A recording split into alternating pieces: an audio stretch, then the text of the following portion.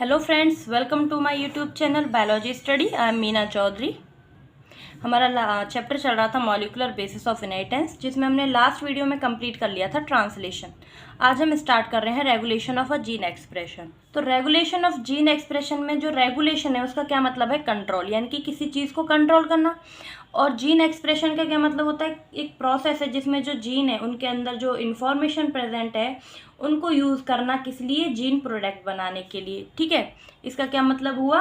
A process in which information in the gene use to synthesise gene product. Okay, तो ये gene product क्या है? जैसे कि डीएनए में प्रेजेंट होते हैं जीन्स। ठीक है, अब ये जीन जो है वो क्या करते हैं? आगे जो एमआरएनए है उसे प्रोटीन बनाते हैं। ठीक है, तो प्रोडक्ट क्या हो गया इसमें? जो डीएनए है उसका क्या प्रोडक्ट हुआ एक्चुअली में? Genes, protein. ठीक है, और क्या क्या है? जैसे ये डीएनए है, एक तो प्रोटीन हो गया। सेकंड प्रोडक्ट क्या हो जाता है? एंजाइम्स। ठीक है, एंजाइम्स ही बनते हैं। और थर्ड क्या होता है? हॉर्मोन्स। ठीक है, ये कुछ प्रोडक्ट हैं जो कि क्या होते हैं? जीन्स के द्वारा बनते हैं, तो इन्हीं को बोलते हैं जीन प्रोडक्ट। ठीक है, जैसे अब ये रेगुलेशन ऑफ जीन एक्सप्रेशन का क्या मतलब हुआ कि किसी चीज़ को कंट्रोल करना, कि जब जीन से प्रोडक्ट बन रहा है तो वो प्रोडक्ट कब बनना चाहिए और कब नहीं बनना चाहिए। जैसे कि एक एंजाइम है, उसकी ज़रूरत कब पड़ती है तो उसको बनना चाहिए। ठीक है, अगर उसकी ज़रूरत नहीं है एंजाइम की तो उसको नहीं बनना चाहिए। तो इसी को कौन कंट्रोल करता है? जीन्स। ठीक है, तो इसी को बोलते हैं gene expression. Regulation of gene expression refers to a very broad term that may occur at a various levels. तो इसका क्या मतलब है? तो जो जीन एक्सप्रेशन है उनका जो रेगुलेशन है, कंट्रोल है, वो क्या है? एक बड़ा ब्रॉड टर्म है। ठीक है, मतलब उसका वाइड एरिया होता है जो कि कुछ वेरियस लेवल्स पे पाया जाता है। यानी कि जो 4 लेवल्स इसमें दिए हो ना उनमें, जैसे कि आगे पढ़ते हैं हम। Considering that gene expression result in the formation of a polypeptide, it can be regulated at several levels. In eukaryotes, the regulation could be exerted at। तो जो जीन एक्सप्रेशन है उनका रिजल्ट क्या है? आखिर में क्या बनता है? उसमें पॉलीपेप्टाइड बन रहा है जो जीन एक्सप्रेशन है उसके थ्रू। कैसे? जैसे ये क्या है? डीएनए। ठीक है, अब डीएनए से क्या बनता है? एमआरएनए।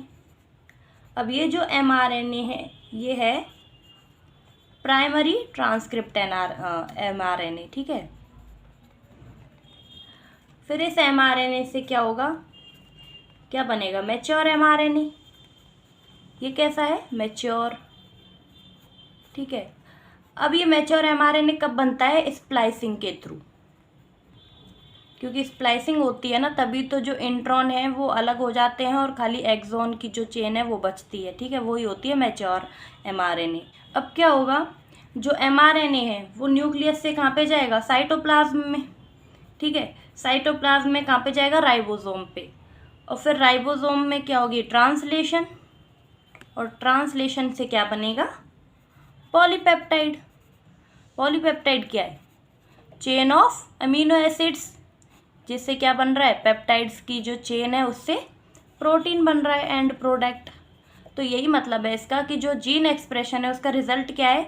जैसे डीएनए में जो जीन प्रेजेंट होते हैं वो अपना अपना जो बिहेव है वो एक्सप्रेस करते हैं और लास्ट में क्या बनाते हैं? Polypeptide means proteins. ठीक है, अब ये कंट्रोल होते हैं या रेगुलेट होते हैं सेवरल लेवल्स पे। अब वो कौन कौन से लेवल्स हैं? जैसे यूकैरियोट्स में क्या होता है? जैसे ये ट्रांसक्रिप्शनल लेवल है। ट्रांसक्रिप्शन लेवल क्या है? जब ये एमआरएनए बन रहा है। ठीक है, प्राइमरी ट्रांसक्रिप्ट के थ्रू क्या बन रहा है? एमआरएनए। इसके बाद सेकंड क्या है? Processing level. प्रोसेसिंग लेवल में क्या हो रहा है? स्प्लाइसिंग, यानी कि स्प्लाइसिंग प्रोसेस होती है जिसके बाद इंट्रॉन अलग हो जाते हैं और एक्सॉन बचते हैं, तो क्या बनता है? मैच्योर एमआरएनए बनता है। थर्ड में क्या होता है? Transport of mRNA from nucleus to cytoplasm, यानी कि जो एमआरएनए है उसका ट्रांसपोर्ट होता है कहाँ से? न्यूक्लियस से निकल के कहाँ जाता है? वो साइटोप्लाज्म के अंदर, कहाँ पे? राइबोसोम में। ठीक है, ट्रांसलेशनल लेवल पे क्या होगा? अब ये ट्रांसलेशन प्रोसेस हुई, इसके बाद क्या हुआ? जो एमआरएनए था उससे क्या बना? प्रोटीन, पॉलीपेप्टाइड चेन के थ्रू। ठीक है, तो क्या होता है कि जो ये 4 लेवल्स हैं इन पर जीन एक्सप्रेशन को कंट्रोल या रेगुलेट कर सकते हैं। यानी कि एक ट्रांसक्रिप्शन लेवल पे अगर उनमें जीन्स में अगर वो चाहता है कि ये एंजाइम्स बने या ना बने तो वो यहाँ पे कंट्रोल हो सकती है, सेकेंडरी स्प्लाइसिंग लेवल पे हो सकती है। थर्ड, जो जब न्यूक्लियस से साइटोप्लाज्म में जाता है mRNA तब, और लास्ट में जो ट्रांसलेशन प्रोसेस है तब, ठीक है, तब ये क्या होते हैं, जीन एक्सप्रेशन रेगुलेट हो सकते हैं। The genes in a cell are express to perform a particular function और अ सेट ऑफ फंक्शंस। तो जो जीन्स प्रेजेंट होते हैं डीएनए के अंदर, जो सेल के अंदर, वो क्या करते हैं, एक पर्टिकुलर फंक्शन एक्सप्रेस करते हैं, फंक्शन शो करते हैं, या फिर हम बोल सकते हैं सेट ऑफ फंक्शन, यानी कि बहुत से जो फंक्शन है वो एक्सप्रेस करते हैं। For example, if an enzyme called beta-galactosidase is synthesized by E. coli, it is used to catalyze the hydrolysis of a disaccharide lactose into glucose and galactose. The bacteria use them as a source of energy. इसका क्या मतलब है, जैसे ये क्या है, एक bacteria है, ई कोलाई बैक्टीरिया, ठीक है, इसके अंदर ये क्या है, न्यूक्लियस, न्यूक्लियस में क्या प्रेजेंट है, डीएनए, डीएनए के अंदर प्रेजेंट है जीन्स। अब जो ये जीन है ये क्या करते हैं, इसमें एक एंजाइम बनाते हैं। कौन सी एंजाइम, बीटा गैलेक्टोसाइडेज एंजाइम, ठीक है, ये एंजाइम इन्होंने बना ली। अब क्या होगा कि जो एक रिएक्शन है उसको कौन कैटलाइज कर रहा है, ये एंजाइम कैटलाइज कर रही है, और वो कौन सी रिएक्शन है, वो है हाइड्रोलाइसिस, ठीक है, जो कि क्या कर रही है, डाइसैकेराइड्स को हाइड्रोलाइज कर रही है, यानी कि उनको तोड़ रही है, ब्रेक कर रही है। अब ये जो डाइसैकेराइड है वो क्या है, लैक्टोज, क्योंकि लैक्टोज क्या होता है, एक डाइसैकेराइड मॉलिक्यूल, ठीक है, जो क्या करता है, ब्रेक करता है दो मोनोसैकेराइड्स में। कौन, वो जो बीटा गैलेक्टोसाइडेज एंजाइम है वो क्या कर रही है, लैक्टोज को ब्रेक कर रही है, किसमें, दो मोनोसैकेराइड्स में, जिसकी वजह से क्या हो रहा है, जो तो ये दो मोनोसैकेराइड्स हैं वो कौन सी हैं, ग्लूकोज और गैलेक्टोज। यानी कि अब इसमें क्या हुआ कि जो रिएक्शन है उसको कैटलाइज कर रही है बीटा गैलेक्टोसाइडेज एंजाइम, जो क्या कर रही है, डाइसैकेराइड्स का हाइड्रोलाइसिस करवा रही है, यानी कि लैक्टोज को ब्रेक कर रही है दो मोनोसैकेराइड्स में, किसकी हेल्प से, बीटा गैलेक्टोसाइडेज एंजाइम की हेल्प से। तो क्या बन रहे हैं फिर जो मोनोसैकेराइड्स हैं, वो ग्लूकोज और गैलेक्टोज बन रहे हैं, ठीक है। ई कोलाई बैक्टीरिया है, उसमें क्या होता है, वो डायरेक्टली लैक्टोज से एनर्जी नहीं ले सकता है, इसीलिए जो ई कोलाई है उसके अंदर क्या प्रेजेंट है, जीन, जो क्या कर रहे हैं, बीटा गैलेक्टोसाइडेज जो एंजाइम है उसको बना रहे हैं। उसने क्या किया है, जो एंजाइम है उसने लैक्टोज को ब्रेक कर दिया है ग्लूकोज और गैलेक्टोज में। तब जो ग्लूकोज बन रहा है, उस ग्लूकोज से जो बैक्टीरिया है वो क्या ले रहा है, एनर्जी ले रहा है, ठीक है, क्योंकि वो डायरेक्टली लैक्टोज से एनर्जी नहीं ले सकता, इसीलिए उसको ब्रेक करके वो ग्लूकोज से फिर एनर्जी लेता है, ठीक है। यानी कि ई कोलाई जो है उसमें क्या होता है, फ्री ग्लूकोज होता है, जिससे ई कोलाई एनर्जी लेता है। Hence, if the bacteria do not have lactose around them to be utilized for energy source, they would no longer require the synthesis of enzyme beta galactosidase. तो अब मान लो जो E coli bacteria है उसके around कोई lactose नहीं है, तो अगर इसमें लैक्टोज ही नहीं है तो जो एंजाइम है उसकी इसमें कोई ज़रूरत नहीं है, क्योंकि जो एंजाइम थी वही क्या कर रही थी, लैक्टोज को ब्रेक कर रही थी ग्लूकोज और गैलेक्टोज में। तो अब जब लैक्टोज है ही नहीं तो फिर इस एंजाइम की भी ज़रूरत नहीं है, जो बीटा गैलेक्टोसाइडेज एंजाइम थी इसकी। अब क्या होगा, इसीलिए ये एंजाइम की यहाँ पे कोई ज़रूरत नहीं है, तो इसको ये नहीं बनाएगा, ठीक है। इसी को बोलते हैं gene regulation, regulation of a gene expression, ठीक है।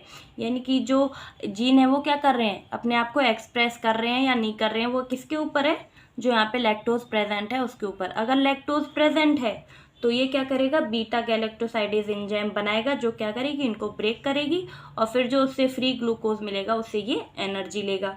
अगर लैक्टोज उसके आसपास प्रेजेंट नहीं है तो जो एंजाइम है उसकी वहाँ पे ज़रूरत नहीं है, ठीक है, तो ये क्या करेंगे, जीन वहाँ पे एंजाइम नहीं बनाएंगे, और इसी को बोलते हैं रेगुलेशन ऑफ जीन एक्सप्रेशन, यानी कि जो जीन है उसको अपना कंट्रोल एक्सप्रेस कर रहा है।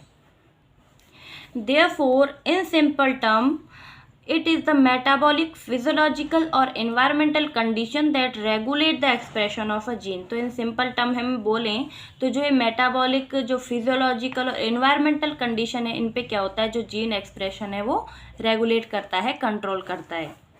The development and differentiation of embryo into adult organism are also a result of the coordinated regulation of gene expression of several sets of a gene.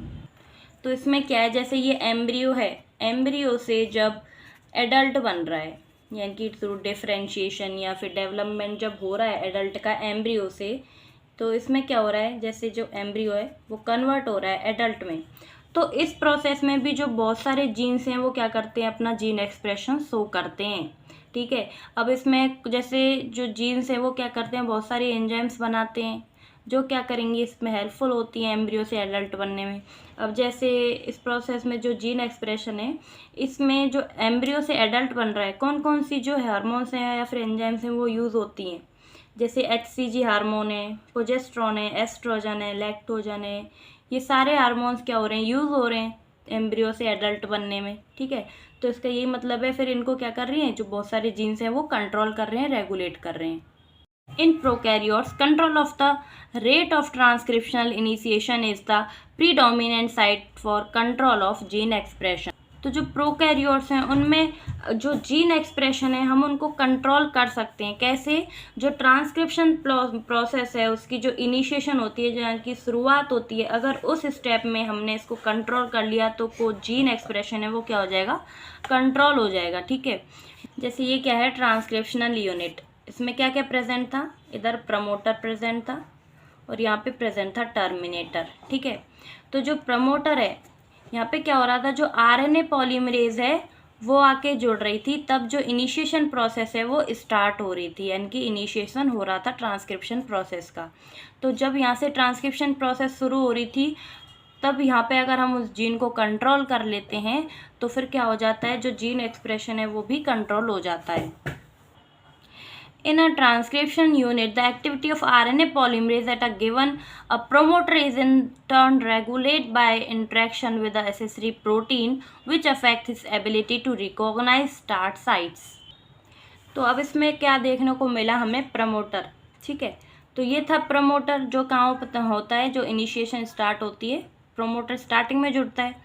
Promoter क्या करेगा, आगे जो एसेसरी प्रोटीन है अगर इस यहाँ पे जुड़ जाते हैं, तो यानी कि एसेसरी प्रोटीन्स कौन से होते हैं, रेगुलेटरी प्रोटीन, अगर वो यहाँ पे जुड़ जाते हैं, जो ये ट्रांसक्रिप्शन प्रोसेस है फिर वो क्या हो जाती है, स्टॉप हो जाती है, नहीं हो पाती आगे।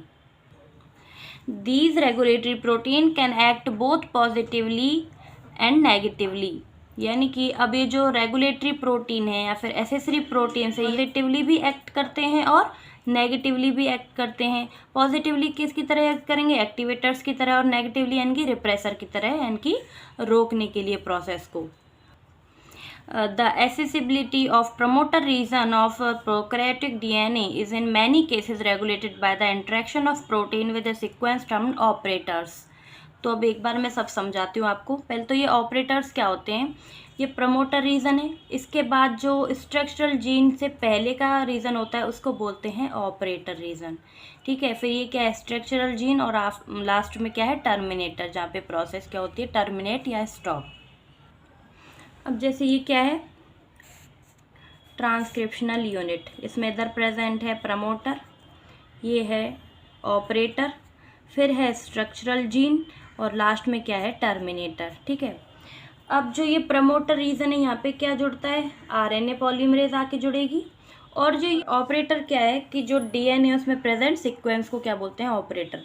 अब ये जो ऑपरेटर रीजन है यहाँ पे क्या होता है, जो रिप्रेसर प्रोटीन है, यानी कि जो प्रोसेस को बंद करने के लिए जो प्रोटीन होते हैं उनको रिप्रेसर प्रोटीन बोलते हैं, अगर वो आके यहाँ पे जुड़ जाता है तो क्या होगा, जो ये प्रोसेस है ट्रांसक्रिप्शन की वो भी क्या हो जाएगी, स्टॉप हो जाएगी, क्योंकि जो रिप्रेसर प्रोटीन है अगर वो ऑपरेटर से आके जुड़ जाएगा तो जो RNA पॉलीमरेज है ना वो क्या हो जाएगी, प्रमोटर पे नहीं जुड़ पाएगी, और जिसकी वजह से जो ट्रांसक्रिप्शन है वो शुरू नहीं होगी और ट्रांसक्रिप्शन प्रोसेस क्या हो जाएगी, स्टार्ट नहीं हो पाएगी। ठीक है, तो इसी का क्या मतलब है कि जो रेगुलेटरी प्रोटीन है वो क्या करते हैं, इसकी जो एबिलिटी है उसको अफेक्ट करते हैं, किसकी, RNA पॉलीमरेज की, जिससे क्या कर पाता है, ये जो स्टार्ट साइट है उसको रिकॉग्नाइज नहीं कर पाएगा, उसको प्रॉब्लम होती है, जिसकी वजह से जो प्रमोटर साइट पे क्या होता है, जो रेगुलेटरी या एसेसरी प्रोटीन है, तो जो RNA पॉलीमरेज है वो नहीं जुड़ेगी और जो ट्रांसक्रिप्शन है वो स्टार्ट नहीं होगी। The operator region is adjacent to the promoter element in most operons, and in most cases the sequence of the operator bind a repressor protein. तो इसका क्या मतलब है कि जो ऑपरेटर रीजन है वो किसके एडजेसेंट है, प्रोमोटर के, क्योंकि वो कहाँ पे पाए जाते हैं, साथ में। ठीक है, यहाँ प्रोमोटर प्रेजेंट होता है, उसके आगे क्या है, ऑपरेटर रीजन है। तो अब जो ये ऑपरेटर रीजन है, यहाँ पे क्या होता है, जो रिप्रेसर प्रोटीन है वो आके बाइंड हो जाता है, जिसकी वजह से जो ट्रांसक्रिप्शन प्रोसेस है वो क्या हो जाती है, रुक जाती है, इनिशिएट नहीं हो पाती। ठीक है, तो अब यहाँ पे जो ऑपेरॉन्स हैं इसका क्या मतलब है। ऑपरेंस क्या होते हैं, बेसिकली ग्रुप ऑफ जीन्स है all under control of promoter, यानी कि जो ये रीज़न है इस प्रमोटर को छोड़ के जो बाकी का ये रीज़न है ये पूरा क्या बोला जाता है, इसको operon. Each operon has its specific operator and specific repression. इसका क्या मतलब है कि जो ऑपेरॉन है वो अगर अलग अलग टाइप के हैं तो जो उनके ऑपरेटर और रिप्रेसर प्रोटीन है वो भी क्या होते हैं, अलग अलग होते हैं। यानी कि हर जो ऑपेरॉन स्पेसिफिक ऑपेरॉन है उसके लिए स्पेसिफिक ऑपरेटर और स्पेसिफिक ही रिप्रेसर होते हैं। जैसे कि for example lac operator is present only in the lac operon and it's interact specifically with the lac repressor only. तो इसका क्या मतलब है, स्पेशली जो लैक ऑपेरॉन है उसमें क्या होता है, लैक ऑपरेटर होता है और लैक जो रिप्रेसर प्रोटीन है वो होता है। ठीक, लैक का क्या मतलब है यहाँ पे, लैक्टोज, यानी कि जो लैक्टोज की जो ऑपेरॉन है उसमें क्या होता है, लैक ऑपरेटर ही प्रेजेंट होता है और लैक रिप्रेसर जो प्रोटीन है वो प्रेजेंट होता है। ठीक है, यानी कि हर जो स्पेसिफिक ऑपेरॉन है उनके लिए स्पेसिफिक क्या होते हैं, ऑपरेटर एंड रिप्रेसर। तो अब जो ऑपेरॉन का कंसेप्ट है लैक ऑपेरॉन हम नेक्स्ट वीडियो में करेंगे। आज के लिए इतना ही। Hope you understand the lecture. अगर आपको मेरा वीडियो अच्छा लगा हो तो प्लीज़ चैनल को लाइक शेयर एंड सब्सक्राइब कर दें, और कोई भी डाउट हो तो मुझे कमेंट बॉक्स में ज़रूर बताएं। ठीक है, अब मिलते हैं नेक्स्ट वीडियो में, तब तक के लिए bye bye, take care, thank you.